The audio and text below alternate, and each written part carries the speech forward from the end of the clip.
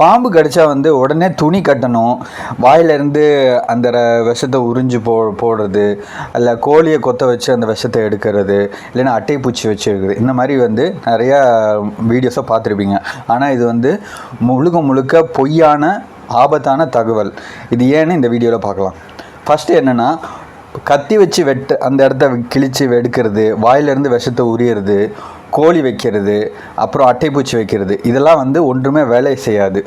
விஷம் வந்து ரத்தத்தில் மட்டும் இல்லையா, லிம்பாட்டிக் சிஸ்டம் மூலமாக உடம்புல பரவுமா. நம்ம துணி கட்டினா அந்த இடத்துல ரத்த ஓட்டம் நிறுத்தினா அதில் டிஷ்யூ டேமேஜ் தான் ஆகுமா. வேறு என்னென்னா, வாயில் உறிஞ்சால் நம்ம வாயில் வந்து சில கீறல்கள் இருந்தால் நமக்கும் பரவுறதுக்கு சான்சஸ் இருக்குது.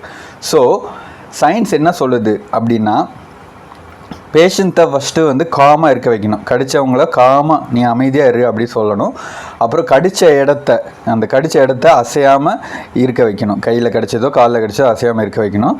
அப்புறம் எந்த டைட்டான துணியோ அந்த மாதிரி கட்டவே கூடாது.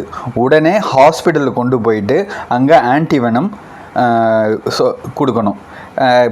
முடிஞ்ச அளவுக்கு பாம்போட என்ன பாம்புன்னு அடையாளம் கண்டுபிடிச்சி அதில் சொன்னால் ஆன்டிவெனம் உங்களுக்கு சக்ஸஸ்ஃபுல்லாக உயிர் பழைக்க முடியும்.